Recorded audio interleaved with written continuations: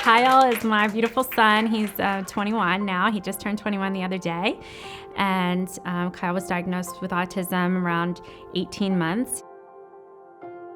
I think when you get an initial diagnosis like that, it becomes very isolating. In some way, you feel like, oh my God, I just found this out, and everything that I knew an hour before is different. But then when you say, but my child's still the same child that he was an hour ago, and I still love him just as much as I did an hour ago, it just is putting a name to something. It's kind of having a better understanding so that you know how to help. You're getting your teeth clean? Why? It's healthy. It's healthy for your teeth. Let me see your teeth. They look good. Okay, get your iPad bag. Get your teeth clean. Get your teeth clean. Get your bag together. One of the things that Kyle really benefits from is a community of people who really embrace him. Certainly, his mom and his sister. When you come into my home, it's pretty obvious that we have something special going on just by the things that are around the house. If you don't expect to see figurines or stuffed animals or things like that with a 21-year-old. Autism does something very specific. It takes that person away from others. That's the root of the word autism, auto. One of the things that's important is to not assume that they don't understand. Presumed competence means that even if somebody doesn't speak, even if someone is unable to speak, that we don't deny the possibility that they understand far more and that they have much more complex thought than they're able to demonstrate. So the job of an educator, the job of us as family members, is to re-engage. So our job is to look for what is this person interested in, how do I engage them around that, and we have to do it systematically. There's nothing quite like hearing your child laugh and knowing that they're happy. I mean, every parent wants that. So if I can get into Kyle's world to understand that, then that's golden to me. Yeah. Ready? Hold the paper, remember? Thank you, thank you. Thank you, thank you. You're welcome. I was actually just born when he was diagnosed with autism. He was diagnosed when he was 2.5, and I was born right before that. His sister Maura is unbelievable with him because it's a real bond and it's a real interaction.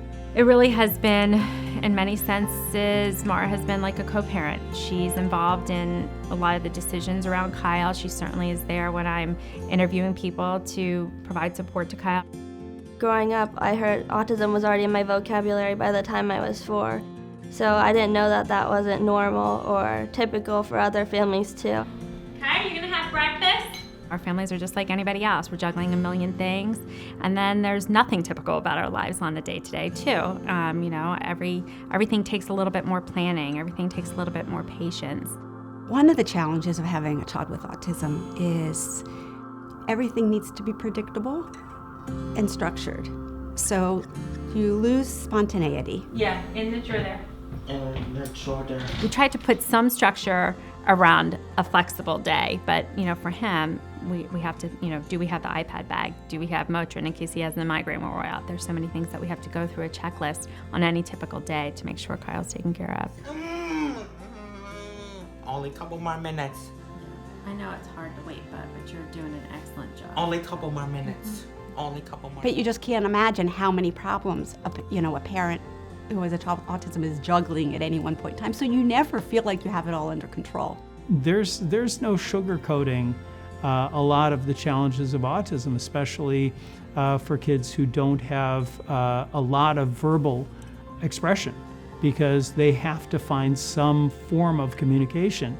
And sometimes the only word they have is, hitting their head with their hand or throwing something or something like that. And so it's a constant challenge to go through, how do I help this person communicate? How do I help my child find a better word than this?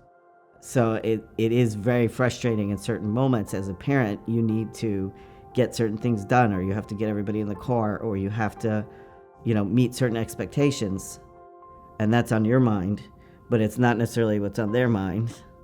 And it's a negotiation. Sometimes you can be a little more flexible, sometimes you can't. When Kyle's off, when Kyle is in a bad space, it's not that he can help it.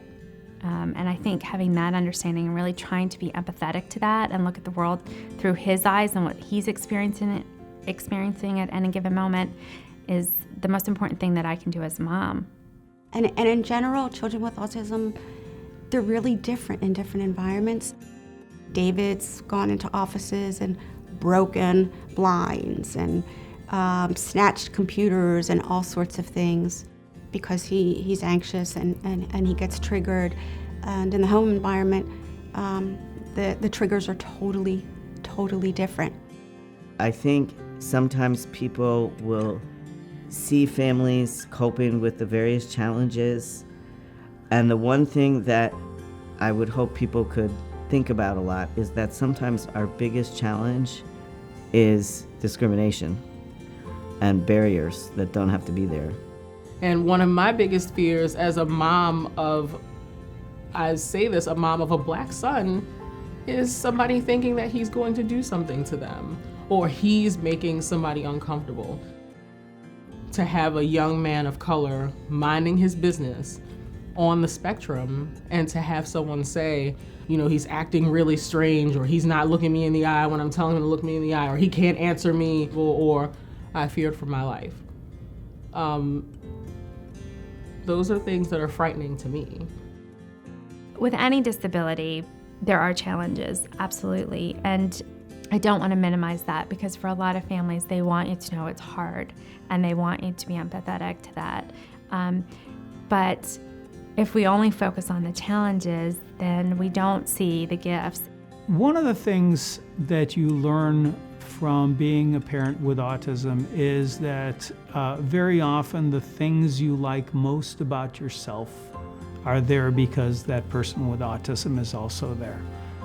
One of the things that is so special about having a child like David is the wonderful people that you meet. David's OT taught him to ride a two-wheeler, taught him to cut his food with a knife and fork, taught him to cut with scissors. I think me being on the spectrum did give me an interesting perspective, because on the one hand, I could hold the fact that they may need some support. We want to help people gain skills that are very useful. But at the same time, my goal was never to make them normal. I was fine with them the way they are. So it's just like one way or another. Sure, Liam is a young man with autism, but Liam is also a guy that's fine with standing right here on the corner and doing the entire moonwalk and doing a whole dance routine in front of all of our neighbors, like on the side of like our building, and just being Liam. Really it comes down to understanding. It's not just being aware of it, it's understanding it. And I think now that we have the voice of so many people with autism speaking about it and advocating themselves, we have a better understanding of how autism affects people. But just seeing us as people is the first step.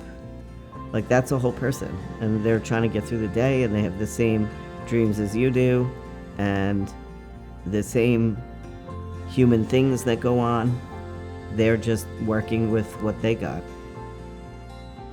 The more people who work with children with autism understand the family perspective and the family struggles, the better it'll be for our kids. I want people to always find that part of it, that yes, it's going to be challenging, but there's so much that you'll learn from this experience. I wish they looked at Kyle the same as they looked at us, because he's no different than us just because his day is different than ours. He wouldn't be who he is today without autism.